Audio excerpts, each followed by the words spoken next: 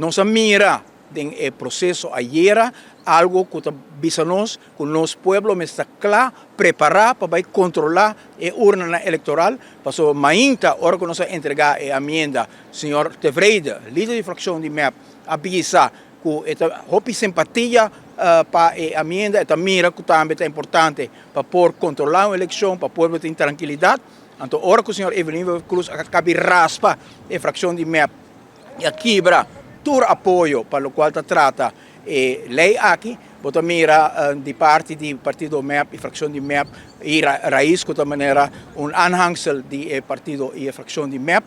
de repente a cambio de ideia e bisa com a nota vota para a emenda, nós temos voto sim de fracção de MAS, de fracção de Ação e de membro independente Helen Cruz, pero e demais que sostener o governo aqui a decidir de não sostener a emenda para controlar o processo eleitoral maneira deve ser, para não queimar esta enviada no momento que tem uma disputa, para percurar, para ter reconteio no momento que tem uma disputa. Para 54 votos, resultado de eleição porta diferente, centenares de votos de AVP, a hora de desqualificar injustamente, porque nós mira, outro partido não, hora que passa ronche, não desqualificar, que men awe, nós sabemos aqui não unicamente para anunciar,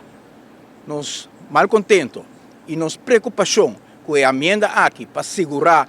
processo eleitoral justo na Aruba, a hora de rechazar, e se lanta-nos inquietude, que tem mesmo intenção com a Hasi na 2021, pero nós sabemos aqui também awe para anunciar, o qual nós chamamos o dia VEI. O dia VEI é o dia de eleição, também que nós vamos controlar o voto, nós vamos controlar para a vontade do povo sair bom contar e nós vamos percorrer agora para a vitória, para o dia VEI, não guarda horta e bia aqui. Então, agora nós escuta, em seno do próprio partido MEP, tem disputa interno, arriba voto na individual da senhora Evelyn Cruz. Que